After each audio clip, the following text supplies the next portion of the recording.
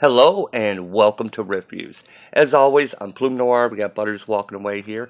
Um, you're probably thinking this is a bait and switch. You see the title of the video, and then you see Harley Quinn breaking glass.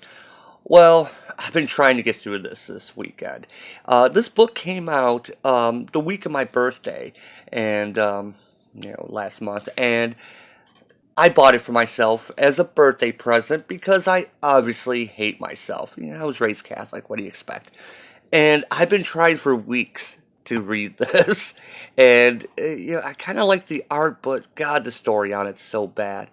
And it's Mariko Tamaki. I've covered her She-Hulk book. That's how I found her. I covered her X-23 book. And I don't want to be the guy that just picks on Mariko Tamaki. I don't want to be that guy. Granted, I was interested in this book. It did catch my eye. I like classic Harley Quinn. And I was kind of wondering what Mariko Tamaki did with it. Anyway, this weekend was going to be the weekend. I was going to push through it.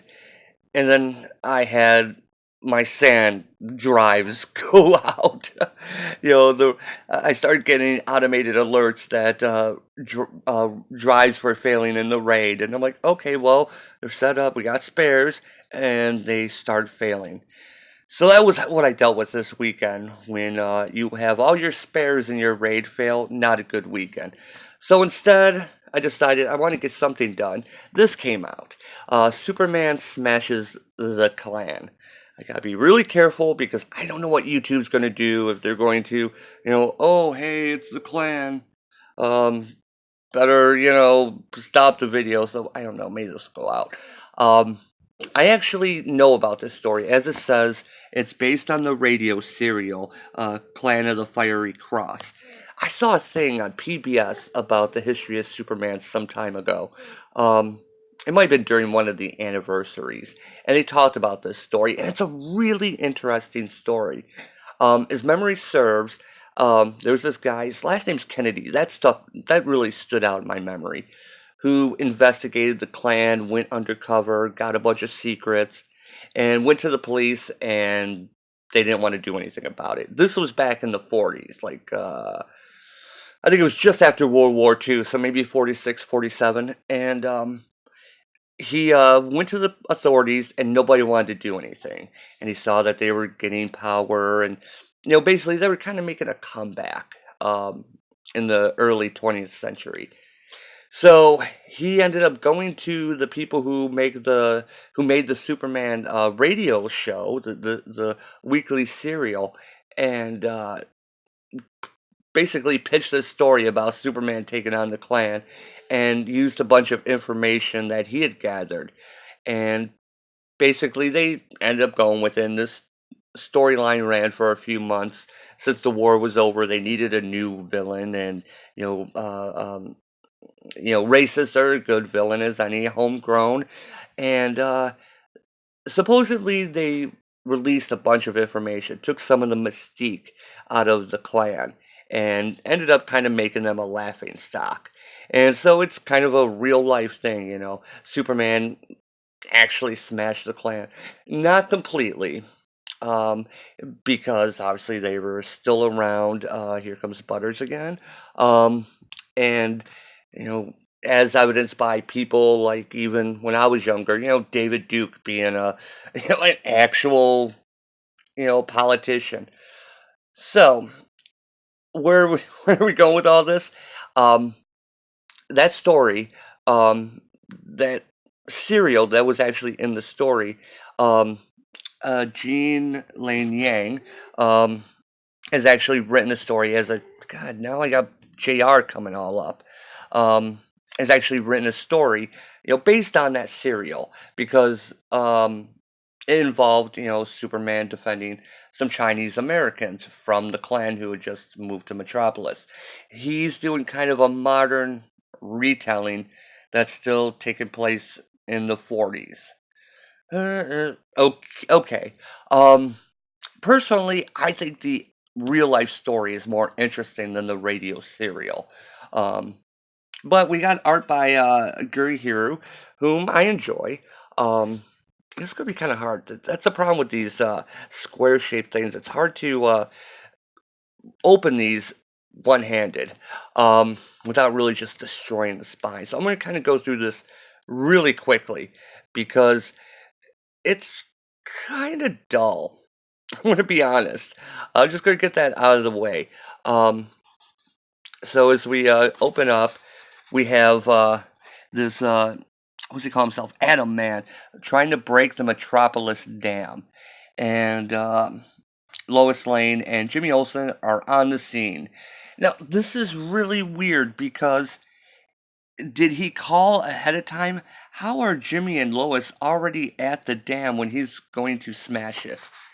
Anyway, he is a product of Nazi super science. As you can see, I gotta be careful. I don't know how YouTube listens for that word, but yeah, you can see the big swastika there. And then Superman comes out and stops him. Now, this is actually kind of cool because, as you can see by the emblem, this is classic Superman. Superman who can't fly, early days Superman. That's also another thing. If you ever get a chance, read the history of Superman. Not like the comic history, but how the character evolved. Things that were taken from the radio series, like Jimmy Olsen. I think Kryptonite actually first appeared in the radio series. Maybe it was a TV series. But the three things, radio, TV, and comics, all contributed to Superman's character and origin. It's actually pretty fascinating. Um, so anyway, he's fighting this Nazi dude and rips off the thing from his chest to find a tiny sliver of what we would know as kryptonite. Now, he doesn't know what it is because this is still early days Superman. Um, Kind of plucked right from that period. And of course, he's, reacting. He doesn't know why. He keeps talking about how he can smell it. It appears to be changed in his hand, but it may also just be in his mind. So the Metropolis police come and they take it away. Then the story cuts to the Lee family, who lived in Chinatown, but the father took a job in Metropolis. So going from China, it's kind of weird the way they do this because um, usually Chinatown's like a part of the city, but they make it seem like it's a separate city. So um, where I'm from, they have a little Chinatown is off to the side. I mean, it's just of course you have your infamous like the Chinatown area of, New York City. But a lot of big cities have that. It's kind of, I don't know. It's being dealt like it's on the outskirts. As you can see, they're driving right into Metropolis. So, um, oh, okay, fine, whatever. Um, we cut back to the planet where we have Superman still feeling the effects of that little bit of kryptonite. And, he looks in the mirror and he sees a monster staring back at him. This is going to be the kind of running B plot, is what is affecting Superman.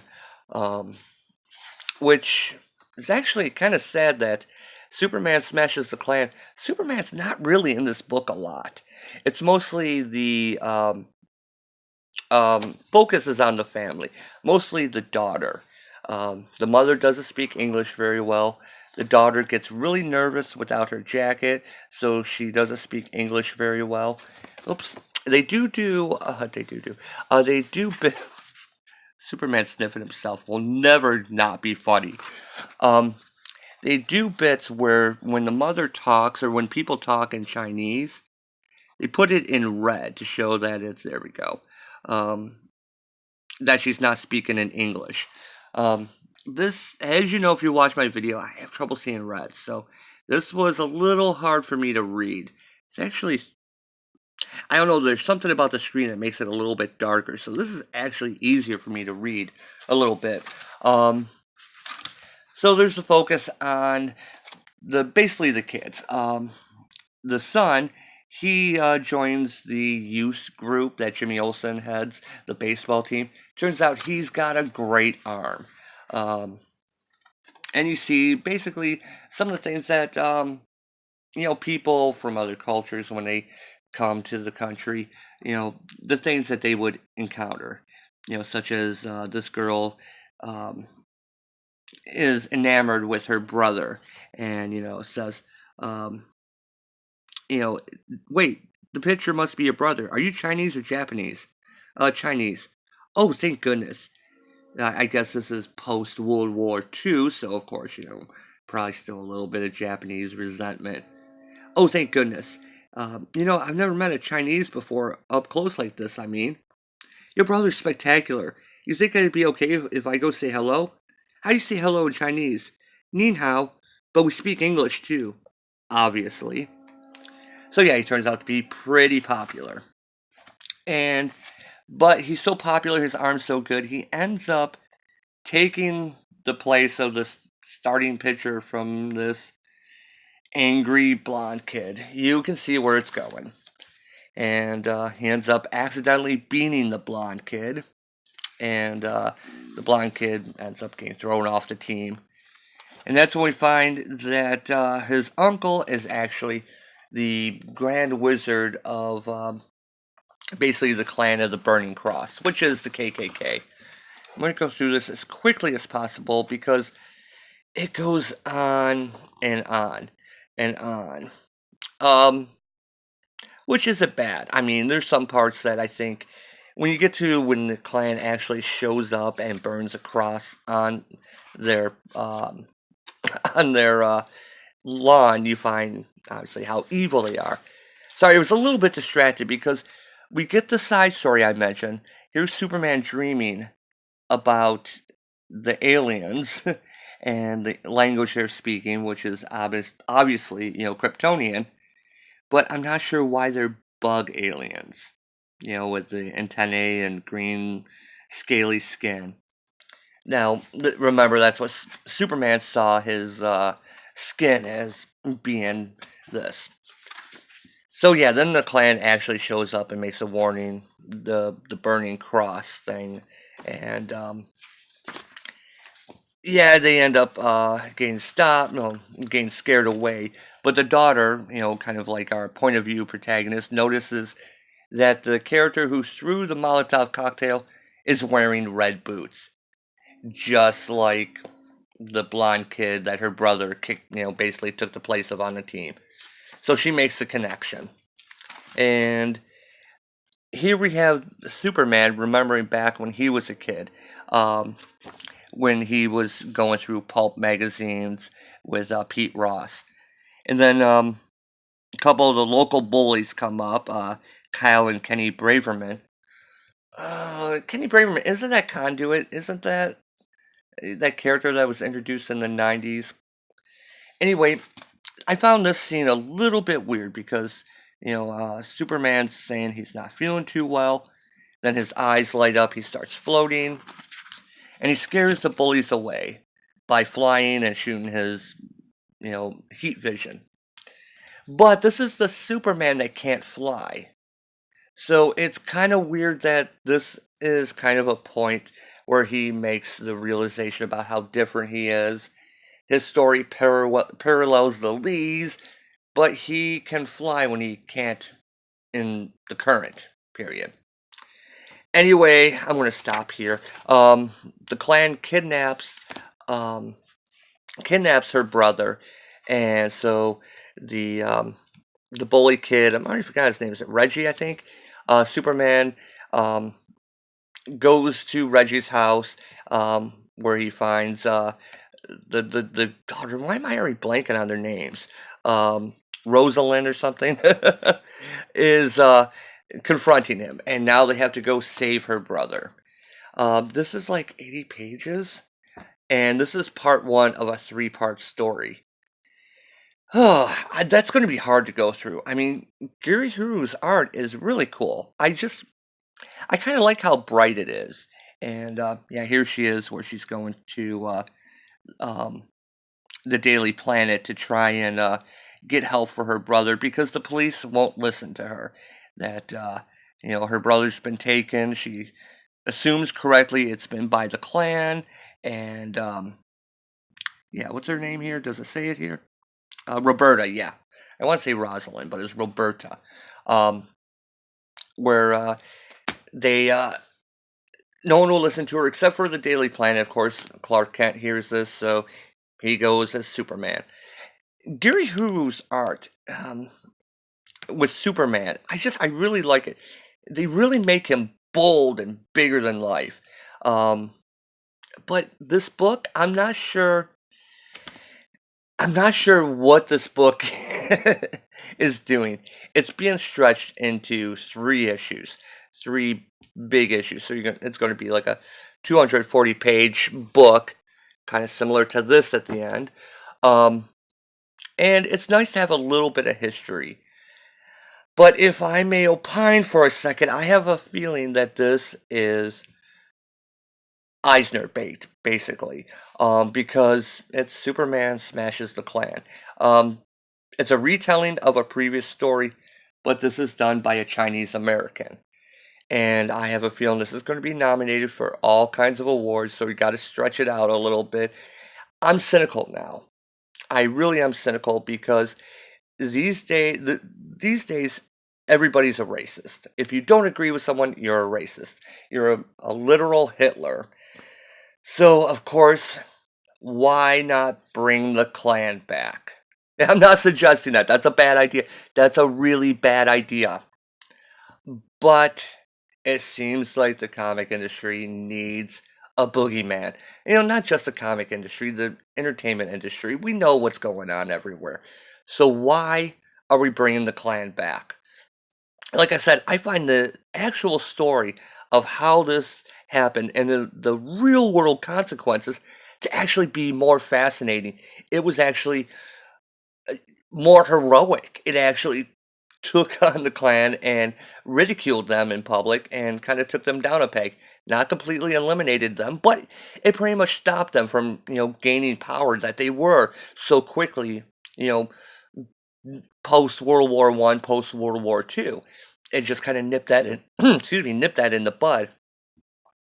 So the actual story that was the radio serial, if you try and look up information, you're not going to find a lot of info on it um, because it's kind of a backseat to the real world implications, the what happened. And I guess maybe Yang is redoing this, retelling the story with a modern day twist because it is uniquely his perspective as a Chinese American. But that's one of the things that it wasn't really the story itself that makes it so significant. It was the result of the story. So I'm not sure why we're doing this. Why DC decide to do this. Like I said, I have a feeling this is easy Eisner bait, is all it is. And but we get to see Gurihiru doing a good Superman. I just wish this story had more Superman in it.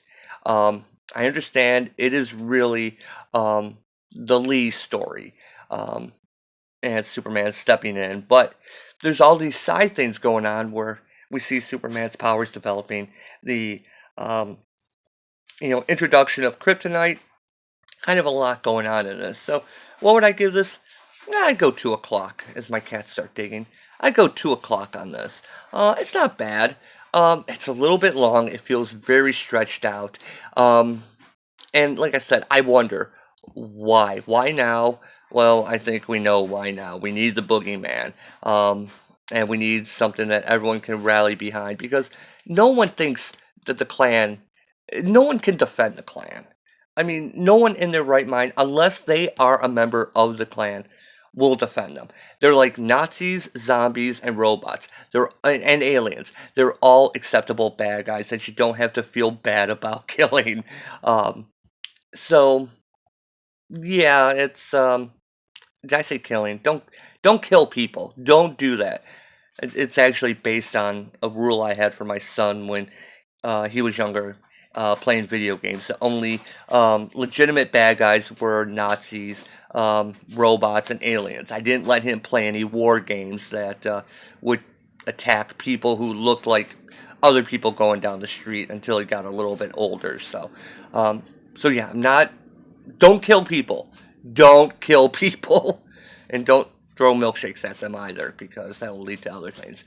Anyway, this book, it's not bad. It's a lot of book, and it kind of gets dull throughout. But anyway, I'll pick up the next couple issues. I'm really more interested in the story behind the story, but I don't think they're going to cover it.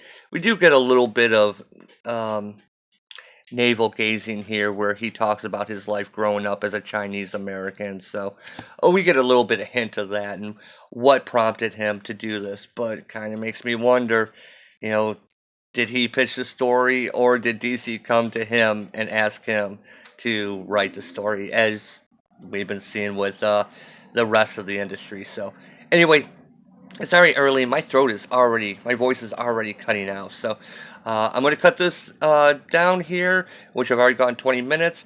Yeah, pick it up.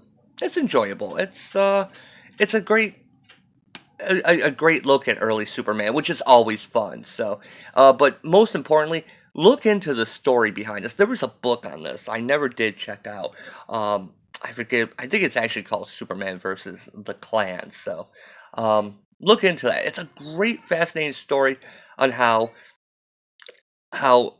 art can affect life, and I really think that's what they're trying to go for here.